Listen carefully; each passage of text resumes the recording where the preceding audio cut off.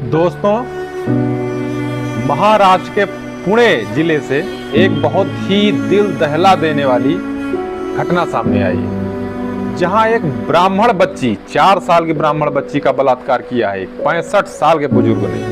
बताइए किस हद तक मानसिकता इतनी विकृत हो चुकी है कि 4 साल की बच्ची को, जिसको कुछ नहीं पता है कि उसको कपड़े कैसे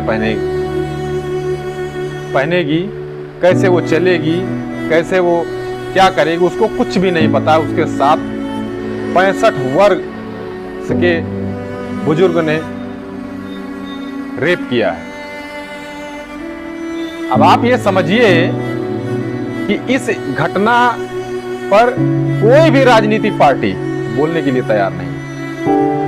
इसी जो बीजेपी की मैं बात कर रहा हूं, कांग्रेस की बात कर रहा हूं, सपा बसपा की बात कर रहा हूं, जितनी भी पार्टियां सबकी मैं बात कर रहा हूं, कोई भी नेता बोलने के लिए तैयार नहीं। क्यों नहीं बोलने के लिए तैयार है? आप समझ रहे हैं? इसलिए बोलने के लिए तैयार नहीं क्योंकि वो ब्राह्मण की बेटी है। कहीं अगर दलित की बेटी होती तो नाले बह रहे होते, आंखों के सामने नाले बह रहे होते, नदियां झरने निकल रहे होते आंखों से। इतनी विकृत मानसिकता आज के नेताओं की हो गई है, पार्टियों की हो गई है कि वो जातियों को देखकर अपना स्टैंड बदलते हैं।